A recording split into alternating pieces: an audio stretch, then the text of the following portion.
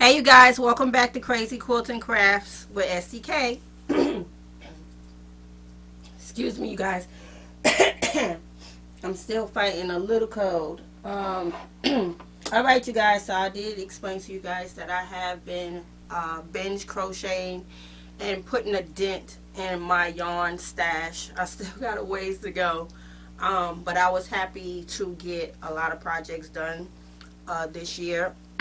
Every year I try to challenge myself to learn different patterns. So I've learned several patterns. I think, let me see, one, two, and three, four patterns this year. And these two patterns are actually from, I believe it's two different people. And I'm going to go back and check my history because like I said in my previous video, I want to do better at leaving you guys links to where I learned how to do certain patterns from, especially when it comes to the crochet world. And I still consider myself a novice. You guys may be saying, oh no, you're a little bit advanced. But I have been crocheting for a long time, but I stopped for a long time and then I went back to it. And again, every year I try to challenge myself to learn a new pattern. So these are two beret hats, and there are two different patterns. And if I'm not mistaken, this one on this side is from that same lady that I learned how to do. I think it is her, the cows. This one is from another lady, and she's also, I think, French as well, or she may be Turkish or something like that. I tend, for some reason, to be able to pick up on patterns from other nationalities for some reason. Don't ask me why, but I can. A lot of times their captions are very clear and concise, and very easy to follow. So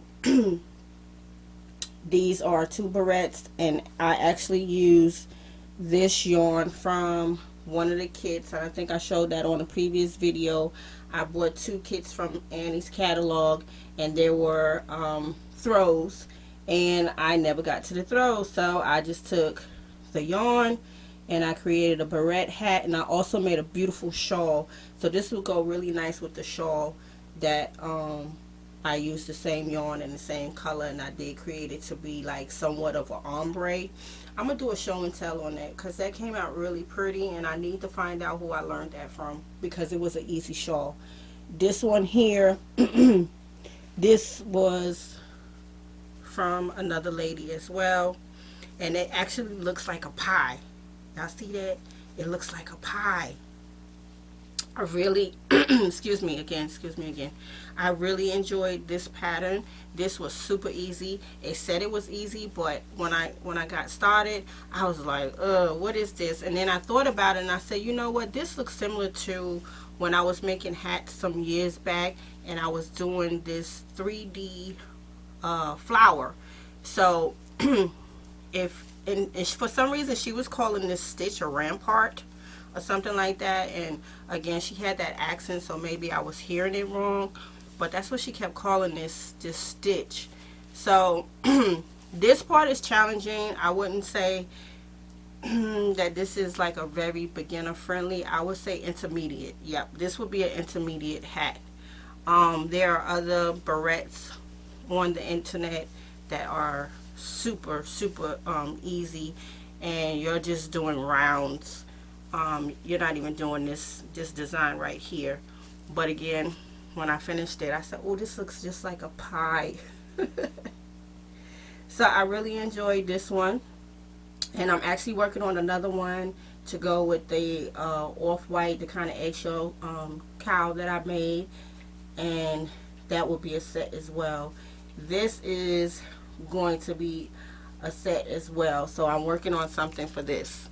So those are the two hats that I got completed, and I'm working on the other one. So I have not gotten tired of crocheting just yet, but I'm about to wrap it up because my crochet area next to my nightstand is compressing down. I was glad. Another thing that I did, you guys, is I got to fabrics that I had started projects with and then got mad at them, and then I just wound up reballing the yarn because I was frustrated, so I pulled some projects out and just reballed them. So I hate looking at my yarn like that, so I was like, no, I can't do that. Let me find something else that I can grasp and make that I can get rid of this reballed stash of yarn that I have. So this one I forgot what I started with this, and it got me mad, and I reballed it, and I said, no, I'm not gonna mistreat my yarn like that. So I was glad that I went back to these two because I forgot what I started with this one, and I reballed it. And then I started with the cow, that navy blue cow. I started to make a shawl with that, and I never went back to it, and I didn't want to leave those two skeins of yarn like that, so I went back to it. I reballed it, and I said I gotta make something, so I came up with that shawl. I mean the cow. So another thing that I wanted to tell you guys, when you are working with this type of pattern, and this is also a puff stitch. These are little puff stitch, and there's some inside. There is some rib stitch, front and back post. And when you are working with puffs and back stitch posts and front stitch posts, they turn into yarn eaters. So this one was definitely a yarn eater, and the one that I'm working on now is a yarn eater too. It can be, but yeah, this is a yarn eater too. You know why? Because of the rib effect.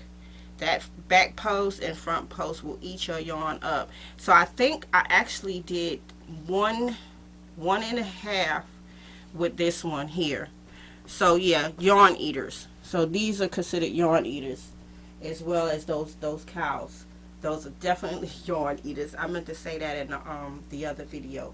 So again, SEK will do her best to try to link these videos. I'm going to do my search now. Hopefully, I'm sure they're still in my history. And I'm going to add these to the video in the description area, as well as the ones with the scouts. I'm going to add that video as well. So if you guys want, you could go over to her channel and try to learn these patterns. I'm sure you guys will be able to pick up. And this one, yes, this one was English, and this one was English as well. They both have deep accents, and I believe this one she's a French lady, and I think this lady, she may be Turkish, Russian, I don't know, Yugoslavian, something like that in the accent that I'm hearing. So, but I've learned several things from this lady, and she's usually easy to follow as well. So I will link both of these tutorials in my description box, and hopefully you guys can get over there and follow them. And make sure, if you do challenge yourself to do these projects, make sure y'all drop a line and say that SEK, the Crazy Quilting Crafter, sent y'all. Alright, you guys, so thank you so much for tuning into this show and tell. I will see you guys on the next video. Until then, peace.